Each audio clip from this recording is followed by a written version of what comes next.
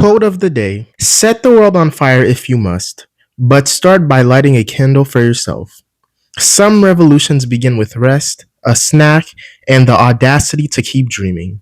That is your quote of the day. Now let's get right into this video. NXT this week was absolutely must watch, must see, must, I don't even know. There was so many surprise appearances on this episode. The matches were amazing. This show, dude, this show was I was waiting all week for this since last week, since this episode was even announced and we got some of the matches. I was like, dude, I can't wait to watch this episode of NXT. And man, it surpassed even my expectations. This episode was amazing. From start to finish, this episode was absolutely entertaining. From start to finish. But let's just jump right into this review so it's not too long, and let's just get right into good stuff, So firstly, we started off with a match. That was our first thing of the night, in general. That was just our first thing. It was a match, and it was a mixed inter-person tag team match. It was an 8-person tag team match, an 8-person mixed tag team match. It was the team of Soruka and Zarya, aka Zaruka, and Hank and Tank versus the Calling. And this was basically an 8-person tag team match. This was such a fun match. It was so high energy, fast paced. There was so much action. And this match was so funny and so unique. Like, the spots were funny. The spots were unique, dude. I enjoyed every second of this match. The sequences, oh my God, this was so fun. This was such an entertaining opener, This was such a fun match. And like I said in one of my previous videos, Hank and Tank, they need to be moved up to the main roster, man. This tag team is special. This tag team has it. Like, Hank and Tank would shine on the main roster and would automatically, like in a heartbeat, become a fan favorite. I'm telling you, they need to be moved up to the main roster ASAP. Hank and Tank are amazing in the ring. Their whole, character, the persona, like the air about them, dude, like, they're ready. Like, there's a lot of talent that are just like, WWE need to call them up ready, The main roster's struggling right now. But anyhow, though, back to the match. Due to interference from the group known as Dark State, the Calling was able to pick up the win, and Tatum Paxley ended up rolling up Zarya for the win. And that was the first match. But like I said, though, this match was entertaining. It was so fun, man. After this, we got a little backstage segment between Muscle Muffin, JG, Jordani Grace, and Ava. And it was basically Ava telling Jordani Grace that she's banned from the arena. Due to your actions last week, you're not allowed in this arena. You attacked the GMs, you attacked the officials. That is unacceptable, and you will be banned from the arena this week. So Ava announces that, to Jordani Grace that, you can't come in. Just go back, go back home. You're not allowed in here tonight. And that was pretty funny. After this, we got an in-ring promo from Fatal Influence and your new double champion, JC Jane. And we got an in-ring promo from them. And JC Jane basically comes out and she says, I run women's wrestling. I have the NXT's Women's Championship and the TNA Knockout Championship. You all called me the most beatable champion in history. How about now? Look at me now. I am a history maker. I am a moment maker. And boom, out of nowhere, she gets interrupted by a Lash Legend. Lash Legend comes out and she congratulates JC Jane. She says, good job. I'm proud of you. Congratulations on what you're able to accomplish, winning the championship. But it's time for me to lash out. And she says, it's Lash Legend's time. It's Lash Legend's moment. I'm the most dominant force in all of WWE, and I'm coming for those titles. So watch out. And then while Lash Legend is talking, boom, Miss Parker, Jada Parker interrupts and she comes out and she says, Jada Parker is the walking reality check, the walking highlight reel, the face of the women's division, and I'm at the front of that line. And she basically is telling, Lash Legend to get in line. You're behind me. I'm at the front of the line. If you want a shot at this championship, at those championships, you're getting it after me, And that's basically what she says. And after all that is said and done, a huge brawl breaks out and Lash Legend and Jada Parker end up teaming up and they clear out Fatal Influence and JC Jane.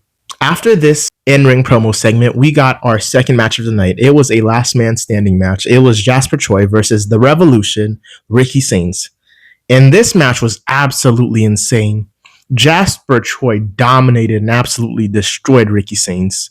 And like, no joke, Jasper Troy literally slammed Ricky Saints through the entrance ramp stage. And that was insane. And that's how he ended up winning the match. Like, Jasper Troy literally picked up Ricky Saints and slammed him through the entrance ramp stage. dude, like this match was insane. But Jasper Troy ended up beating Ricky Saints, and he is the last man standing. He's making his mark. He's letting his presence be known. And Jasper Troy looks like an absolute monster, and I love that. You got Oba Femi over there causing chaos. You got Jasper Troy causing chaos, dude. It's man, NXT's like so entertaining at the moment right now. After that, we got to the most anticipated segment, in my opinion, the one I was waiting for all week. It was whoop that trick, whoop that trick, oh yeah, whoop that trick. I like it. It was Trick Williams and The Undertaker in-ring promo segment. So Trick Williams comes out and he says, "The man carrying two brands is here. Last Sunday at TNA Slammiversary, the biggest show in TNA history, the biggest show TNA ever had, I main evented and I beat their best. I beat Joe Hendry and Mike Santana." And Trick Williams says, "I'm stepping up and stepping on anyone who stands in my way. It doesn't matter who you are. I'm stepping up and stepping all over you. I'm stepping on you. I'm stepping over you. And that's what Trick Williams says. And Trick Williams starts throwing shots at The Undertaker. Trick Williams says, "LFG has the dead man tweeting. LFG got the dead man soft. And I'm the only one man enough to step up to him. So dead man, get out here right now." And he calls out The Undertaker. And out of nowhere, boom, the dead man, The Undertaker. He comes out, and Undertaker says, "Well, what do we have here? We got a dead man walking." And he's talking about Trick Williams. He says, "We got a dead man walking. Look at you. You got it all. You got the appearance. You got the persona. You have it all, except for respect. Respect is the only thing you don't have." And Undertaker says, "You don't have that dog in you anymore. You've gotten soft. You've gotten complacent." And Undertaker says, "It's not a matter of if you lose the TNA championship, but it's a matter of when." And Trick Williams says, "I don't give a damn about your LFG team. Nobody in LFG, NXT, or WWE is a star like Trick Williams. Trick Williams is the biggest star. And Taker says, "If you want to dance with the devil, I can flip the switch. But I promise you, when I do, I'll make you famous." And then boom, Undertaker picks up Trick Williams and he chokeslams him almost through the mat. And Undertaker just walks out. And let me tell you, this was everything I wanted it to be. I enjoyed every second of this segment. Undertaker kind of looked funny because, Undertaker's not wrestling anymore. He's obviously retired. So he kind of lost a bit of that aura he had about him. But it was still entertaining. When he came out, it was like a whole kind of new entrance. Not the song. He came out with his American, whatever, persona. Like, he came out with that new theme song, but like him in the ring, he's doing like the AJ style emotes almost, and he just looks a little bit off, and that was funny to me. But like I said, though, this segment was everything I wanted it to be, man. This segment was entertaining, and I'm telling you, I don't know why Trick Williams is not on the main roster yet. Trick Williams needs to be moved up to main roster ASAP, and Oba Femi as well. WWE needs to stop, fumbling these superstars. Like, come on, it's time to call some of them up. The main roster's struggling. After this, though, we got to our third match of the night. It was Blake Monroe versus Ren Sinclair. And Blake Monroe's entrance is so cool. It's so unique, and her entrance song is actually so catchy. It's like, dude, I loved everything about her entrance. And like, once she does move up to main roster, dude, she's already over down at NXT. But as soon as she gets to main roster and like that theme song hits, the entrance hits, dude, she's going to be like the next big thing, I'm telling you. As long as WWE don't fumble her. But anyhow, though, we got to Blake Monroe versus Ren Sinclair match. And this match was pretty quick. Blake Monroe ended up hitting her finisher on Ren Sinclair pretty quickly, if I must say. And then after the match, out of nowhere, while Blake Monroe's standing in the ring and she's about to cut a promo, Muscle Muffin, JG Jordani Grace comes out. She comes marching out all heated, and she starts to attack Blake Monroe. And Blake Monroe fights back a little bit, and then Blake Monroe eventually gets the upper hand, and she ends up DDTing Jordani Grace onto a steel chair, and she leaves Jordani Grace laid out, and Blake Monroe walks out, and that's how the match ends. After that, we got a all ego Ethan Page celebration promo segment. So all ego Ethan Page, he announced that he was going to be hosting a celebration this week, to celebrate him retaining his North American Championship. So Ethan Page basically comes out. He's celebrating, he's enjoying the moment. And then Ethan Page ends up throwing away the old North American Championship. He says, this is garbage. This is trash. And he presents a brand new North American Championship. It's the Canadian Championship, It has the Canada flag, and stuff like that. And it's like Canada flag colored. And that's your new North American Championship. That's what it looks like now. And Ethan Page goes on a rant and he starts bragging about how much better Canada is. The food is better. The people are better. The women are better. And then he just starts going on and on and on. And then boom, out of nowhere, the savior, Santino Marella, comes out. Oh my god, dude. I haven't seen Santino in so long. And I know he's down at NXT now, but like in WWE, like in general, I haven't seen Santino in a while. But Santino Marella comes out and he says Ethan Page should be ashamed of himself. And he looks at Ethan Page. He says, "The garbage coming out of your mouth makes me sick. This title should be held by someone with honor, dignity, and pride. And quite frankly, that isn't you." And then Santino Marella goes on to challenge Ethan Page next week in a one-on-one match. And I think it might be for the North American Championship. And after this, Ethan Page gets all offended. He's like, "We don't even have to wait till next week." So Ethan Page starts taking off his suit top, to get ready to fight. And let me tell you, Ethan Page, it's a good thing he thought twice because he was about to get hit with the most dangerous move in all of wrestling, the Cobra. I'm telling you, Santino Marella put that sock on and he started tuning up the Cobra and like he was measuring Ethan Page. I was like, dude, that could have ended Ethan Page's whole career. I'm glad Ethan Page thought twice about it because that move is devastating. But I enjoyed everything about this. And when Santino Marella came out, dude, I lost my mind. I don't know the last time I saw Santino Marella. Honestly, like besides me watching him down at TNA, I don't know the last time I've seen him in WWE. That was such a great moment. And after this, we get another surprise appearance, and it's from Bubba Ray Dudley. And he shows up backstage and he congratulates Ren Sinclair on her match she had. And he was like, "You did such an amazing job. I'm proud of you."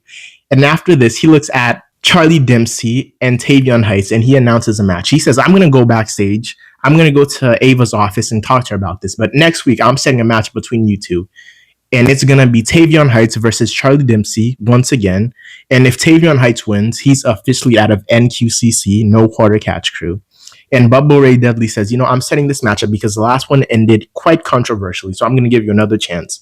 But if you lose this time around, though, you put a smile on your face and you stop complaining about leaving the group. You put up with it and you man up and you deal with it. But if you do win, you are out of NQCC." After this, we got a video package, and like this bothered me, and I'm gonna rant about it probably another time, not in this video, because man, I don't have the patience for this today. But we got a video package promo, and it was from Roman Reigns, and it was basically a video he posted on Twitter or Instagram, I believe, and they were just showing it on WWE NXT. So it's basically Roman Reigns announcing that he kept thinking about what Braun Breaker said to him this past Monday, and the words were playing over in his head, and it doesn't sit well with him, and he has to put Braun Breaker in his place. So he announces that at SummerSlam, it will be Roman Reigns, the Tribal Chief, the OTC, and 4 letters, 1 word, Yeet Man Jey Uso. It's going to be Roman Reigns and Jey Uso versus Braun Breaker and Bronson Reed at SummerSlam. And that's your match at SummerSlam for nothing, for no reason, just because. And like I said, I'm not even going to talk about this too much in this video. I'll go off about this at a later date. I don't have the patience for this today. This bothers me on so many different levels. And this video is going to be a 30-minute long video if I start talking about it. But anyhow, but after this, we got to the main event of the night. And it was a triple threat match. It was the Rula Oba Femi versus Yokishi Inamura versus Josh Briggs for the NXT Championship. And in the words of King Booker T, this match, let me tell you, no bread, no water, just meat. Oh yeah, man. This match was an absolute banger, and it was undoubtedly match of the night. No questions asked. These 3 men showed up and absolutely stole the show like no other. I'm telling you, this match was heavy hitting, fast paced action, and most importantly, it was extremely entertaining. The in-ring spots, the moves, the sequences were on point. They were amazing. They looked amazing. The crowd was going crazy. We got so many This Is Awesome chants throughout the night, throughout almost every match we got, man. I'm telling you, this show was must see, must watch. Like I said, there was so many crazy spots, but at the end of the match, the Rula Oba Femi ended up hitting his finisher on Josh Briggs for the win, and the Rula retains his NXT championship. And throughout this match, we got a lot of altercation between Josh Briggs and Yokishi Inamura, and I guess they're not a team anymore because Josh Briggs was genuinely trying to screw over Yokishi. Every time Yokishi went for the pin, every time Yokishi went to win the match, Every time he pins Obafemi, out of nowhere, Josh Briggs comes. He breaks up the pin. He puts Obafemi's legs or arms on the rope, and he steps on the referee's hand. Like, he was just doing stuff like that. And Yokishi literally lost it, and he started brawling with him. And at the end of the match, Josh Briggs looks Yokishi dead in the eyes, and he says, "I don't like you. I'm done with this." So I think that team is done. I think that whole relationship is over with. But anyhow, though, that was after the match. The most important thing is the fact that Darula still reigns. Obafemi won and he retained the NXT championship. And this match, like I said, was so entertaining. It was a banger match of the night, in my opinion. And that's how the episode ends. And that's how this week's NXT ends. And this episode, in my opinion, was a solid 8.5 out of 10. This was so entertaining. This episode was amazing. I'm telling you, you have to watch this for yourself. Like, from start to finish, you'll be hooked just like I was. From start to finish, this was entertaining. This was fun. And this was quite possibly one of the best NXT episodes I've watched in a while. Like, all the matches, all the appearances absolutely stole the show. The matches, the appearances, the segments, the promos, everything was on point, man. I enjoyed every second of this week. But anyhow, though, that was my breakdown of this week's NXT. Those were my thoughts and my opinions. Thank you for showing up. Thank you for being here. And thank you for hearing me out. Like, comment, and subscribe if you want to. Like, comment, and subscribe if you'd like to. And like, comment, and subscribe if you choose to. As always, it's been a pleasure. I'm out.